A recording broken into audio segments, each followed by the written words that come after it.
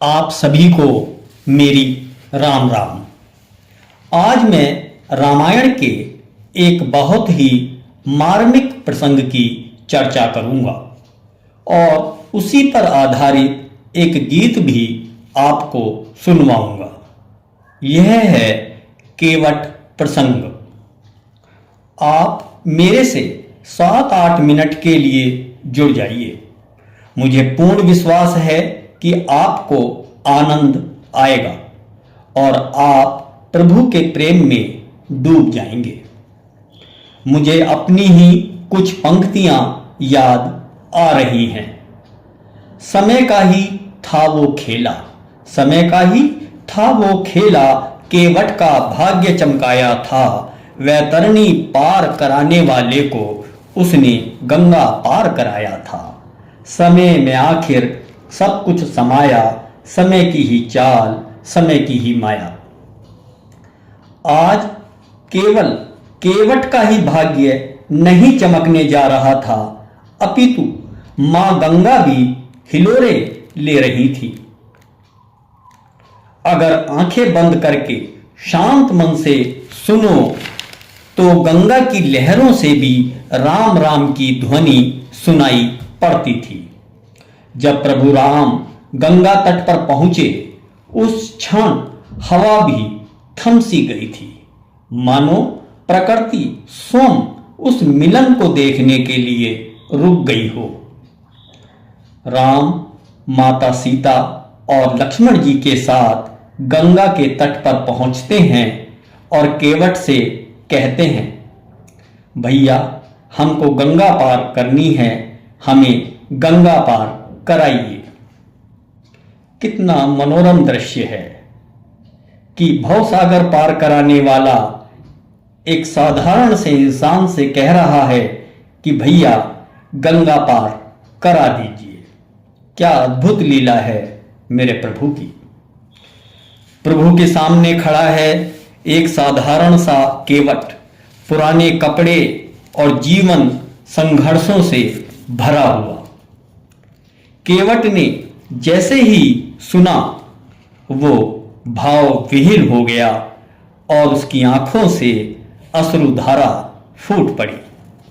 वो सुनते ही अपनी नाव को अंगोछे से साफ करने लगा और बैठने की जगह पर अपना कंबल उतारकर बिछा दिया, जिससे कि प्रभु को कोई कष्ट ना हो। कुछ पल बीत जाने पर प्रभु ने दोबारा कहा, केवट भैया हमें शीघ्र गंगा पार कराइए। केवट आकर प्रभु के चरणों में झुक जाता है और उत्साहित होते हुए भी कुछ चिंतित लगता है। राम भी उसके हृदय को पढ़ लेते हैं और अपने दोनों हाथों से उठाकर अपने गले लगा लेते हैं और पूछते हैं, क्या बात है भैया। केवट कांपती आवाज में कहता है, प्रभु पार तो करा दूंगा, पर मेरी एक विनती है। सुना है आपके चरणों की धूलि से पत्थर भी जीवित हो जाते हैं।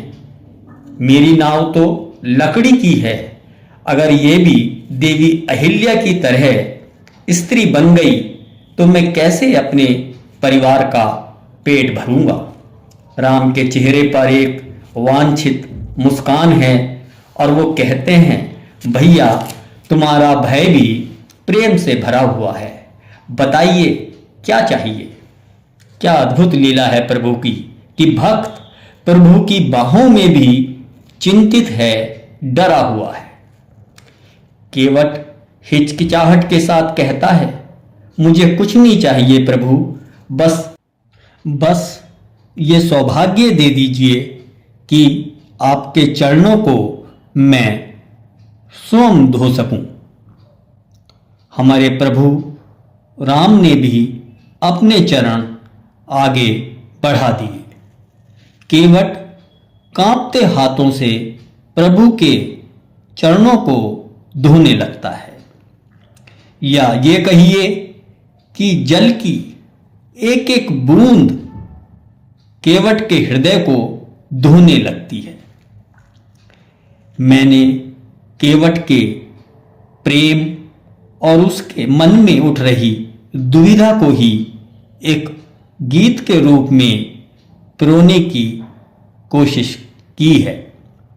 आप प्रेम में डूबकर वो गीत सुनिएगा और मैं आपसे दोबारा मिलने के लिए विदा लेता हूँ। जय श्री राम।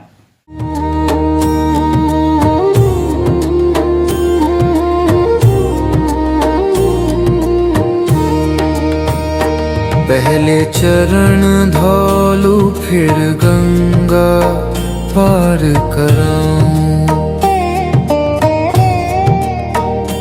पहले चरण धोलू फिर गंगा पार कराऊं।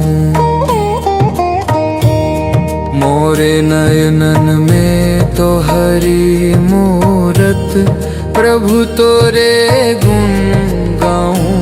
पहले चरण धोलू फिर गंगा पार कराऊं, पहले चरण धोलू फिर गंगा पार कराऊं।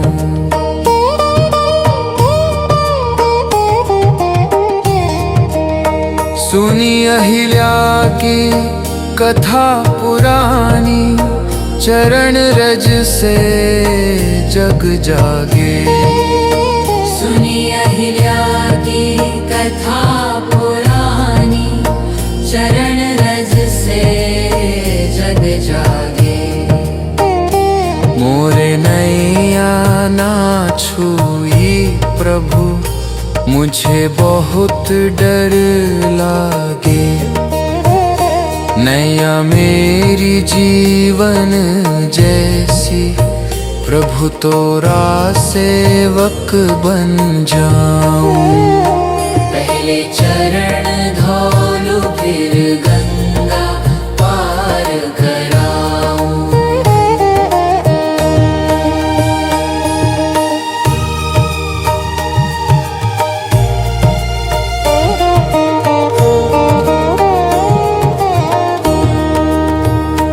मोरे भाग जगाए आज प्रभु, तुम सामने आए।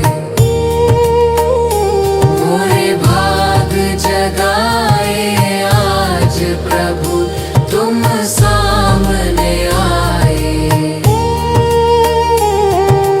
नयनन में आंसू झरे, हृदय में दीप जलाए। सेवा का अवसर मिल गयो, मैं क्या और चाहूं। पहले चरण धोलू फिर गंगा पार कराऊं।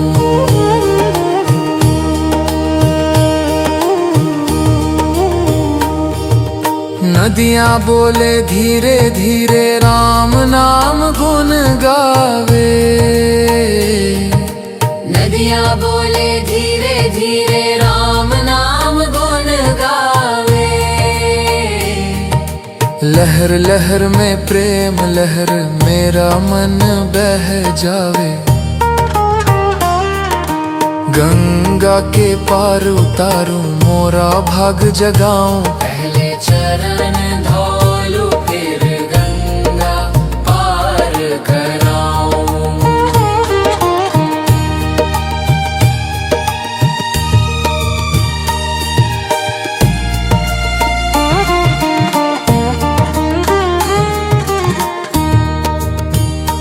नैया पार हुई प्रभु संग, मन भाव से भर आया। नैया पार हुई प्रभु संग, मन भाव से भर आया। अपना ये जीवन प्रभु तोरे चरणन में अर्पाया। राम तू ही भव पार करावे, मैं तो है ही गुण गाऊं। पहले चरण धोलू फिर गंगा पार कराऊं।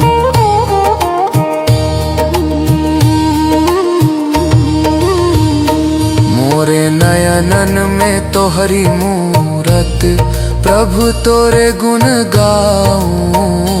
पहले चरण